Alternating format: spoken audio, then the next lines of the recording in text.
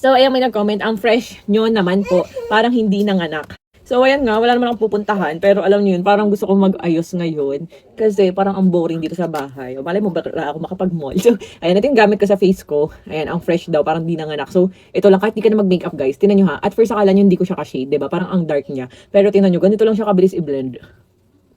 Diba? And nag-adapt talaga siya sa skin color ko. So, ayan, nakakala nyo, di ko siya ka-shade. So, kung maputi ka man, morena ka man, pwede to sa'yo. Ayun, kasi tinan nyo, ang bilis niya talaga mag-blend. And very moisturizing pa, di ba? Napansin nyo, parang kumikinang-kinang. And pag natuyo yan, matte effect po yan. So, nothing to worry yung mga oily face, ganun. And mabilis lang po yan matuyo.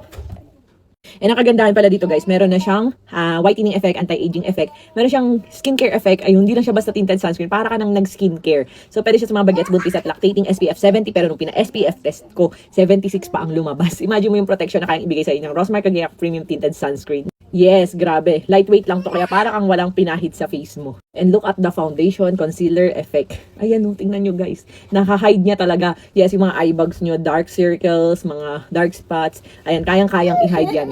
Wait lang, baby. Oh, ito. Up na. Ayan na yung tiyan ni mami. Wait lang, baka ano yung CS ni mami. Hi ka sa kanila. Hi ka sa kanila. Hello. Ang kulit mo naman. Sabi mo, hello po. Ba't ka ganyan yung bibig mo? Hello po. Hello po. Mababa ka na doon. Ang kulit mo. Mami, Mamaya, doon ka na muna. So, ayan. At baka malaglag. Halika dito. Doon na siya. Oh.